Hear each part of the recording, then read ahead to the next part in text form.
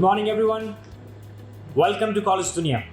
Today we are at ID Patel College of Education, and today we have with us Sejal Chawda, in charge principal of College of B.Ed College. Welcome, ma'am. Welcome to College Dunia. Yes. Could you just give us a brief introduction about yourself? Myself, Sejal Chawda. I am in charge principal in ID Patel B.Ed College in last 8 years. And મેં again 2 વર્ષ પહેલા જ્યારે હું 2013થી ID પટેલને join કરી છે અને અત્યાર સુધી કરન્ટલી હું 5 વર્ષથી ઇન્ચાર્જ પ્રિન્સિપલનો ચાર્જ સંભાળું છું. અને એની પહેલા 2 વર્ષ મેં તક્ષશિલા B.Ed કોલેજ છે જે વસ્ત્રાલમાં આવી હતી. 2 વર્ષ મેં ત્યાં કામ કર્યું. Great, ma'am. Moving on to the next part, that is interview section. Yes.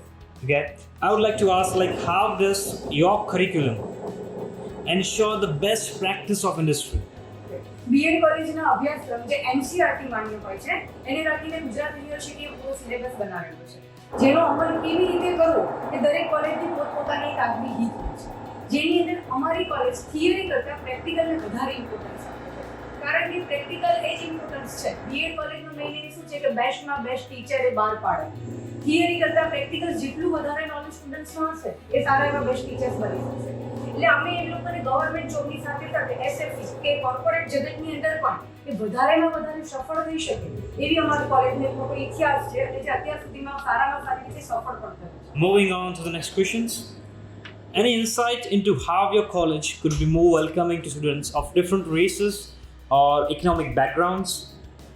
B.Ed કોલેજનો અભ્યાસક્રમ તેની સાથે જોડાયેલા જોબ સેક્ટરની પસંદગી માટે હોય છે અને જેની અંદર મોટાભાગે મધ્યમ વર્ગીય લોકો પડે છે અને એમાં ખાસ કરીને ગર્લ્સ માટે, કારણ કે છોકરીઓ માટે આ જોબ એક સલામતીનું સેક્ટર છે કે જેની અંદર પુરુષોની તુલનામાં યુવતીઓ વધારે પસંદ કરે છે, કેમ કે યુવતીઓને વધારે પ્રમાણમાં ટોળાઓની એટલે કે સમૂહની અંદર જોબ કરવી વધારે પસંદ છે. અને આ એક જોબ એવી છે કે જેની અંદર યુવતીઓની પોતાનું સ્ટેટસ જળવાઈ રહે અને એક સેલ્ફ જે લોકોનું કહેવાય તે સેફ્ટી માટેની જોબ બેસ્ટ છે. Great. Moving on to the next part. What do you see ID Patel College of Education's greatest strength? Okay, ID Patel B.Ed કોલેજની સ્ટ્રેન્થ એની એજ્યુકેશનની તાકાત જે તેની પ્લેસમેન્ટ અને તેનું સ્વાવલંબન છે કે આઈડી પટેલ સંચાલિત 3-4 સ્કૂલો છે કે જેની અંદર B.Edની વિદ્યાર્થીઓને 100% જોબ પ્લેસમેન્ટ પૂરું પાડે છે અને B.Ed તાલીમની સાથે સાથે સ્પર્ધાત્મક જેમ કે ટેટ ટાટની ગવર્મેન્ટ એક્ઝામ આવે છે તેનું વધારે પ્રમાણમાં જ્ઞાન આઈડી પટેલ દ્વારા પૂરું પાડવામાં આવે છે અને નિયમિત તેની ટેસ્ટ લેવામાં આવે છે કે જેને કારણે 50%થી વધારે સ્ટુડન્ટ્સ જ્યારે B.Ed પૂરું કરીને જાય છે ત્યારે ગવર્મેન્ટ જોબ માટે તેઓ સિલેક્ટેડ થાય છે. Great. Moving on to the next part. Being the principal of ID Patel College of Education, what is your philosophy of leadership and how would you describe your leadership style?